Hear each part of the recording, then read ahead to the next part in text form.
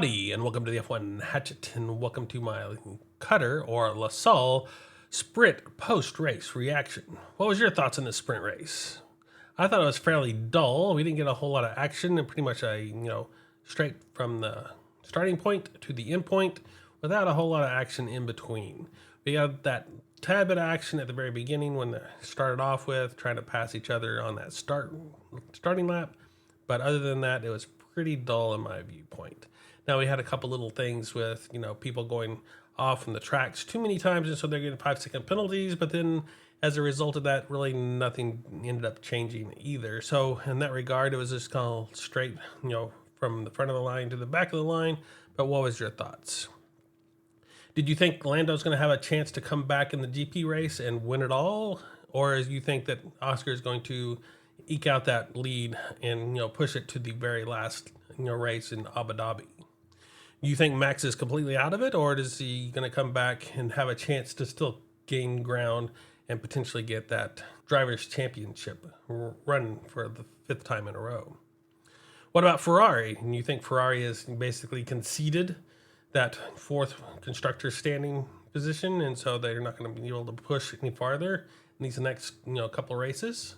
But all of that kind of interesting aspects of this, but with the dull sprint race, it doesn't really, tack on, except it just winds it down that much more to the end. So what was your thoughts? Do you think this was enough of interest in this sprint race, or is it just a dull side note on the side, not giving anything extra to this competition? Just like normal, I go from the back of the pack and work my way to the front of the pack, going through each driver, telling you, what happened to them if I know, and what kind of issues that they had, or how well they drove in my viewpoint if I've seen enough of their driving. So we'll start off with that 20th position with Jon Carpenter, who started off in 20th and ended up in 20th. He did start from the pit lane after making some changes. He did a one-stop, stopping on lap 18, switching from a set of mediums to a set of softs, and had a pretty slow pit stop with a 4.0 second pit stop. He did get a black and white flag for track limits, but didn't actually pass that point, so he did a decent job on that front of just getting up to the edge for those track limits. So it looks like the Alpines, in my viewpoint, once we get to Pierre Gasly as well, had a pit stop, so you could think that they were trying to try out some things, trying to learn a little bit more about how to set up that Alpine for the qualifying for the GP race and potentially the GP race overall in general. Lance Stroll started off in 17th and ended up in 19th.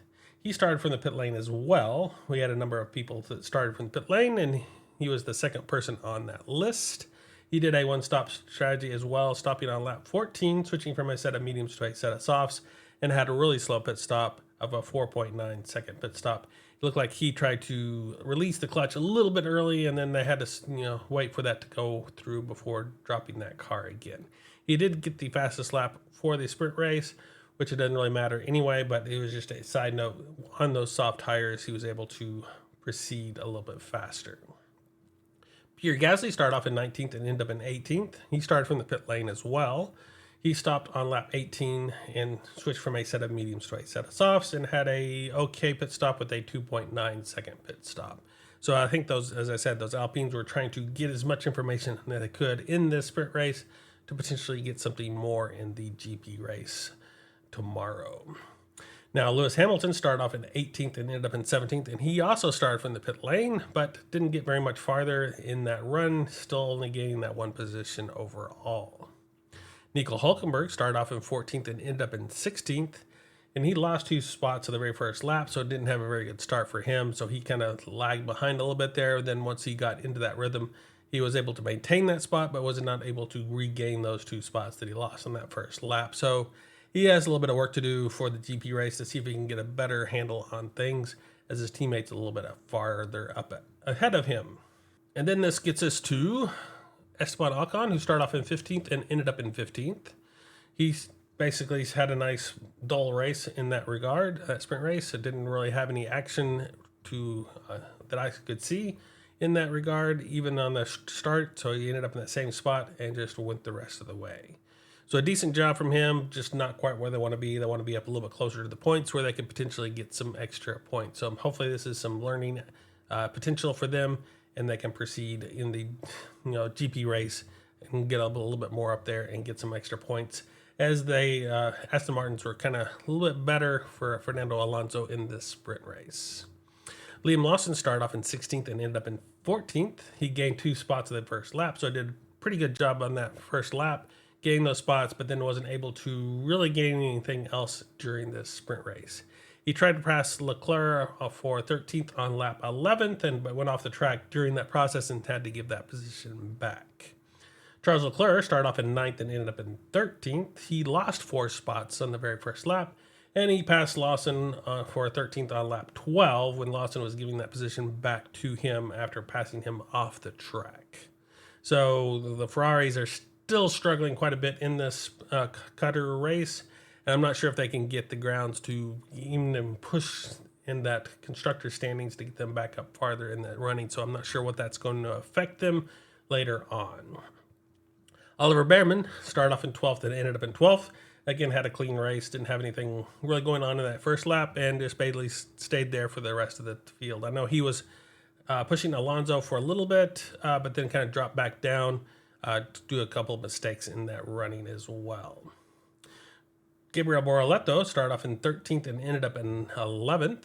He gained 2 spots in the very first lap and was able to maintain those spots throughout this race. So a pretty good job from him of gaining those spots and be able to maintain that position and get up there, closer to that point range. Hopefully they can get some good information from that run in that sprint race, and so they can get pushed back up there into those points tomorrow in the GP race. This gets us to our top 10, where we find Alexander Albon, who started off in 10th and ended up in 10th. Not quite in the points for the sprint race, but still a decent running from him.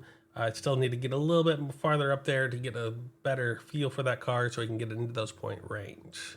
Ahead of him was Isaac Hydjar, who started off in 11th and ended up in 9th.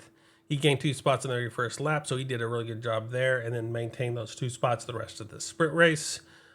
Was kind of fighting those edges a little bit, but was still pretty good in that regard. I know he had a couple of track limit violations, but it was not enough to give him a penalty. Carlos Sainz started off in 8th and ended up in 8th. Did a good job of getting up there into that point range and staying up there in that point range throughout this sprint race and maintain that position. So a really good job from him. Hopefully they can work on that and get better in the GP race and get back up in the points again in the GP race. Fernando Alonso started off in 4th and ended up in 7th, losing 2 positions on the very first lap, so not a very good start for him, but was still able to get some points into that Aston Martin above the Haas's that bumped them up in the constructor standing. So if they can maintain that in the GP race, they'll be good. Otherwise, maybe the Haas's will come back and fight them in the GP race. So they'll have to watch that as well. But overall, I think it was a decent job, even though he lost 2 positions at the start of this race. Hopefully he can work on that start and get a little bit better start for the GP race and kind of maintain those positions. Kimi Antonelli started off in 7th and ended up in 6th. He did pass Alonso for 6th on lap 13.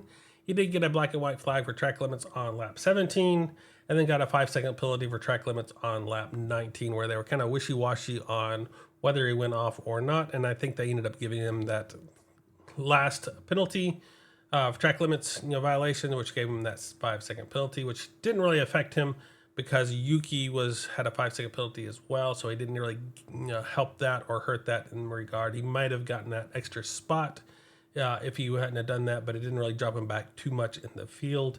So it was a kind of a slight mistake for him getting those many track limits, but it didn't hurt him as bad as it could have, I guess is my viewpoint. And ahead of him, of course, was Yuki Tsunoda, who started off in 5th and ended up in 5th. He had a black and white flag on lap 11. He got that 5-second penalty for track limits on lap 13. So Kimi probably should have known to be a little bit more cautious on that front and maybe be able to snag that position from Yuki, but unfortunately that didn't happen. So Yuki was able to maintain that position even though he got that 5-second penalty because Kimi had a 5-second penalty as well. He did give that position, off the bat to his teammate Max Verstappen to help him out in that regard, and then was maintain that position right beside his teammate. Didn't really have to utilize that position again for defensive purposes, but was able to maintain that for the most part throughout this sprint race, and that was a pretty good run for Yuki Tsunoda comparative to his previous races. So a really good job, I think, in that regard. Unfortunately, I think he is out of that seat for next season, so we'll have to see where he ends up, if at all, in this run. He may not end up in a Red Bull seat at all. He may be switching, teams or being out completely. We'll have to kind of figure out where that's going to end up for Yuki. So that's kind of a shame for him, but we'll have to see how that plays out. Max Verstappen was started off in 6th and ended up in 4th. He gained those 2 spots at the very first lap, so a pretty good job for him getting off on that bat, getting up there, putting some pressure on Lando early on, but then faded off near the end. So I know he's still complaining about hopping, and at one point said it was no longer hopping, it was like a jumping. So we'll have to figure out exactly what those terms mean in that regard. But I think hopping in that sense was still having issues that they were talking about in the cornering. So they'll have to figure out how that plays out and if they can get some more tweaks in that so for the GP race to get a little more pressure on those McLarens. So I'm not sure if that means that Max is pretty much out of the championship or if he's able to still come back in this running. I know, of course, it was kind of a long shot anyway, but something would have to happen to the McLaren, but that still it's already potentially has happened, of course, of last race with them being disqualified in that running as well. So still there's that chance, but what do you consider him in the championship run or not? That's kind of an interesting thought pattern. Lando Norris started off in 3rd and ended up in 3rd. Had a good run. He kind of caught up, almost passed, George on that first, lap on that when they're starting off, but was not able to get that position, and then it was basically kind of pulled in behind him and let that gap get a little large at the beginning, and then kind of narrowed it back down at the end. I know George was complaining about some tires at the end, so maybe that had an effect. Speaking of George, he started off in 2nd and ended up in 2nd. Had a decent start, getting up there, keeping up that 2nd position, and then just maintain that position overall. I think he was putting a little bit of pressure on Oscar, but not quite enough to really, affect Oscar's performance in that regard. So a decent run from Mercedes driver, George Russell, but not enough to really put any kind of, issues into the driving styles for the 2 McLaren drivers. Oscar Piastri started off in 1st and ended up in 1st. He had a pretty good start, keeping up in that lead from that starting position, not too rushed, not too pressured in that regard, keeping in that 1st position and then just maintaining that race, the sprint race for over the 19 laps that we had. Not too much of an issue there. So hopefully he can just, tweak that car, get a little bit faster and put more pressure on Lando for the GP race in that championship running. And we get that all the way down to the wire for who is going to be that driver's championship leader. So this is just a quick rundown for the race or the sprint race. And we can see here at lap 5, it was a 1.3 second lead for Oscar over Russell. By lap 10, it was up to a 1.9 second lead for Oscar over Russell.